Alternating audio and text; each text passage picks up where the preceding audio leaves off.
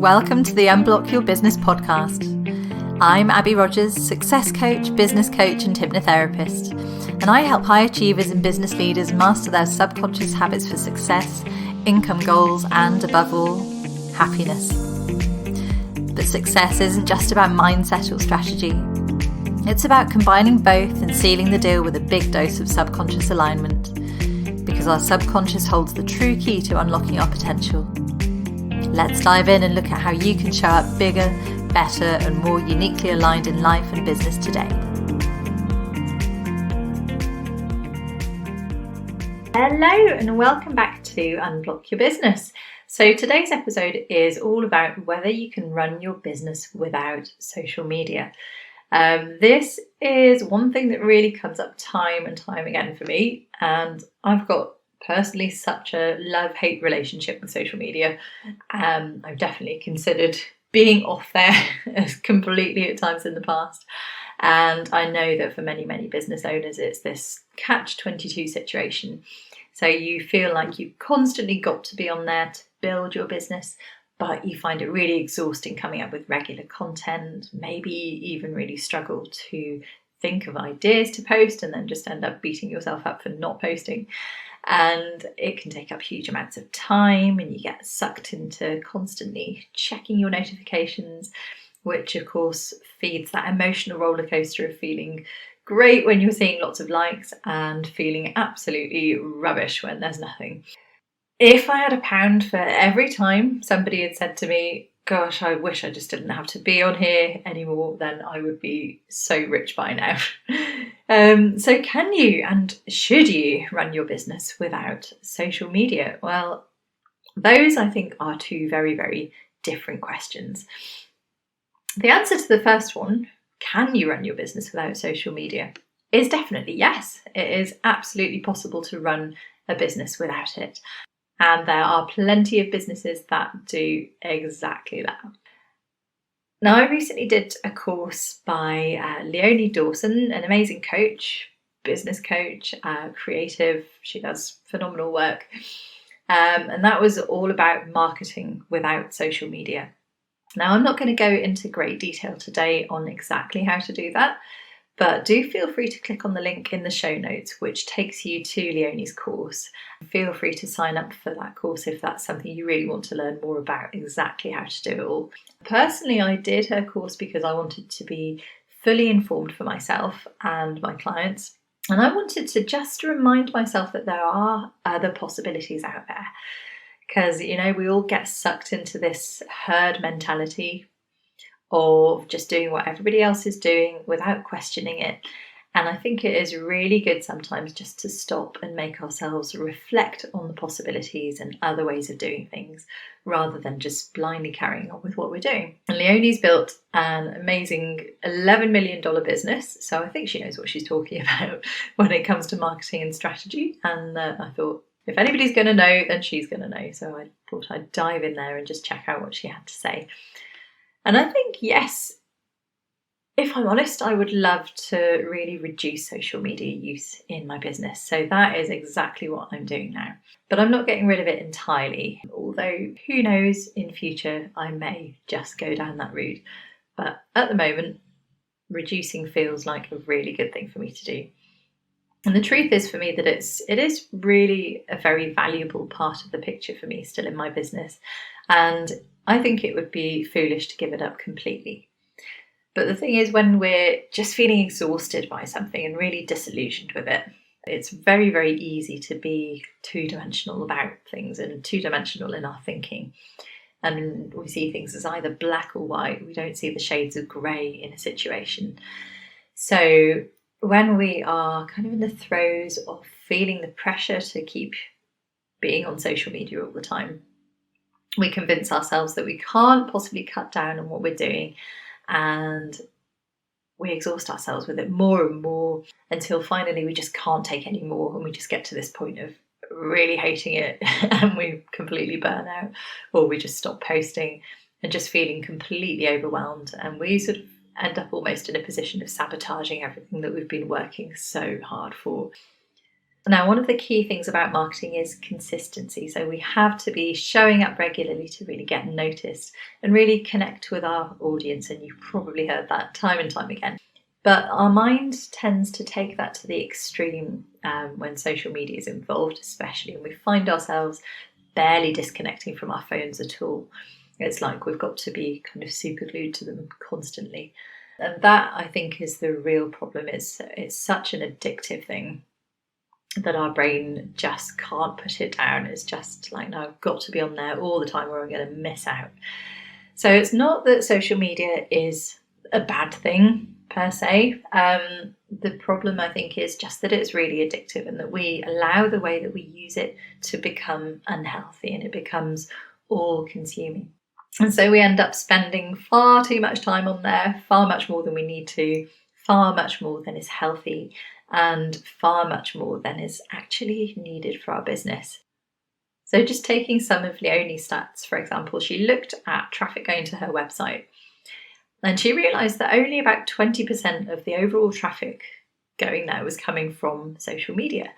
Yet she was spending about 80% of her working time and her energy on there to generate just that little fraction of her traffic. Now, early on in your business, you might feel like you'll do anything to get visitors to your website, anything to get any sales. But she has spent years and years blogging and building a really solid, loyal audience. So she's got a great foundation outside of social media to be able to make that call and say, do you know what, for me, this 20% return I'm getting from all this time I'm putting into it just isn't worth it. And so I think there's a real lesson in there as well about how to really build solid foundations for your business and allow yourself to be in a position where you can make that kind of decision. Now, if you're going to put all your efforts into social media marketing and you're not going to do anything else, you're just always going to have to rely on social media if that's the route you choose. It's really short term. And because it's such a short-term thing, you know, your posts are gone within a matter of days or hours or minutes in some cases.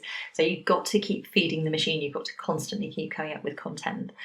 Whereas putting some of your efforts elsewhere is not only going to bring traffic into your business by other means, it's also going to give you flexibility and security. So should anything happen to those social media accounts, then you've still got leads and clients. And that can happen. It's not just this scary thing that gets bandied around at the moment. I've really genuinely seen people lose their social media accounts and all their followers overnight as well. So I think what you really have to do is weigh up for your business how important it is, how much you actually enjoy being on there, and what other strategies you might want to consider to help build those stronger foundations for the future.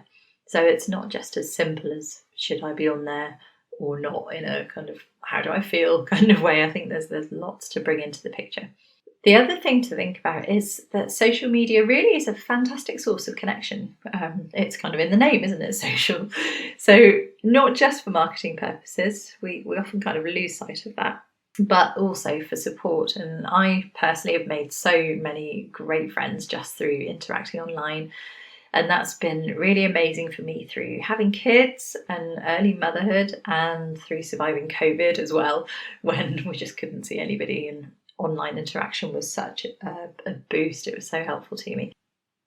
Just building those relationships can be so supportive, and it can also help you find new opportunities for your business and can lead to some really fantastic things.